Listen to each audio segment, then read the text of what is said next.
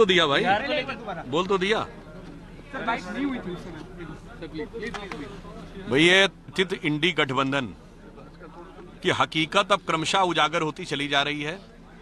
पहले मायावती जी ने उत्तर प्रदेश में साफ कर दिया वो गठबंधन के साथ नहीं है। फिर पंजाब में केजरीवाल जी ने अलग लड़ने की घोषणा कर दी।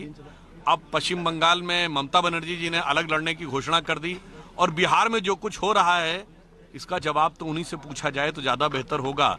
इसलिए इस गठबंधन के लिए जो इस समय हालात हैं उस पर मैं सिर्फ ये कहना चाहूंगा कि अब जो कुछ ढका छुपा था वो अब साझे की हंडिया चौराहे पे फूटती हुई नजर आ रही। तो इनको एक पंक्ति में कहना चाहूंगा कि अब जो चेहरे से ही जाहिर है छुपाएं कैसे, ये इंडी गठबंधन के लिए है कि अब जो चेहरे से ही जाहिर है छुपाएं कैसे, तेरी मर्जी के मुताबिक नजर आए कैसे, घर सजाने का तसव्वुर हुआ अब बात की बात, अब तो मुश्किल है कि इस घर की हकीकत को छुपाएं कैसे।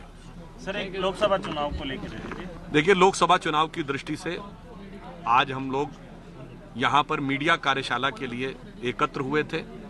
आपने देखा कि राजस्थान की जनता ने हमें आशीर्वाद दिया और हम दोबारा यहाँ पर सरकार बनाने में, पुनः सरकार में आने में सफल रहे। और अब मोदी जी के नेतृत्व में 400 की मेजॉरिटी का हमारा टारगेट है।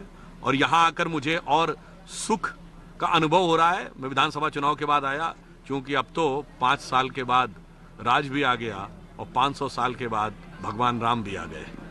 तो मुझे लगता है कि अब भारत के सांस्कृतिक गौरव की प्राण प्रतिष्ठा हुई है। अमृतकाल में भारत उन नई ऊंचाइयों की तरफ मोदी जी के नेतृत्व में आगे बढ़ रहा है। तो राजस्थान की धरती से हैट्रिक लगेगी। किस चीज की हैट्रिक? अमृत महोत्सव बना के लगेगी। आप कहेंगे अमृत महोत्सव मतलब 75, 25, 25, 25। हमने, हमारे गठबंधन ने पूरे 25 जीते थे, उससे पहले 25। तो इस बार हम 25 की हैट्रिक यहां से लगाने में सफल होंगे। लेकिन भाई साहब, जिस तरीके से विधानसभा चुनाव में नया फॉर्मूला यूज किया गया था सांसदों को उतार के, क्या लोकसभा चुनाव के अंदर भी इस तरीके? देखिए, हमारा केंद्रीय नेतृत्व बहुत ही कुशलता के साथ, बहुत गहनता के साथ विषय पे विचार करके रणनीति तय करते हैं। और आपने देखा है कि अभी तक जितने भी निर्णय लिए हैं विगत 10 वर्षों में, भारतीय जनता पार्टी अपने इतिहास के अब तक के सर्वश्रेष्ठ स्थिति में और भारत अपने इतिहास की सबसे बेहतर स्थिति में है।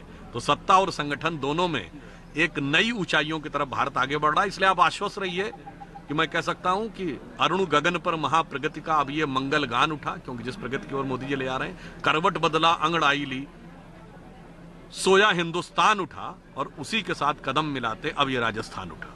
ठीक है, थैंक यू। ठीक है।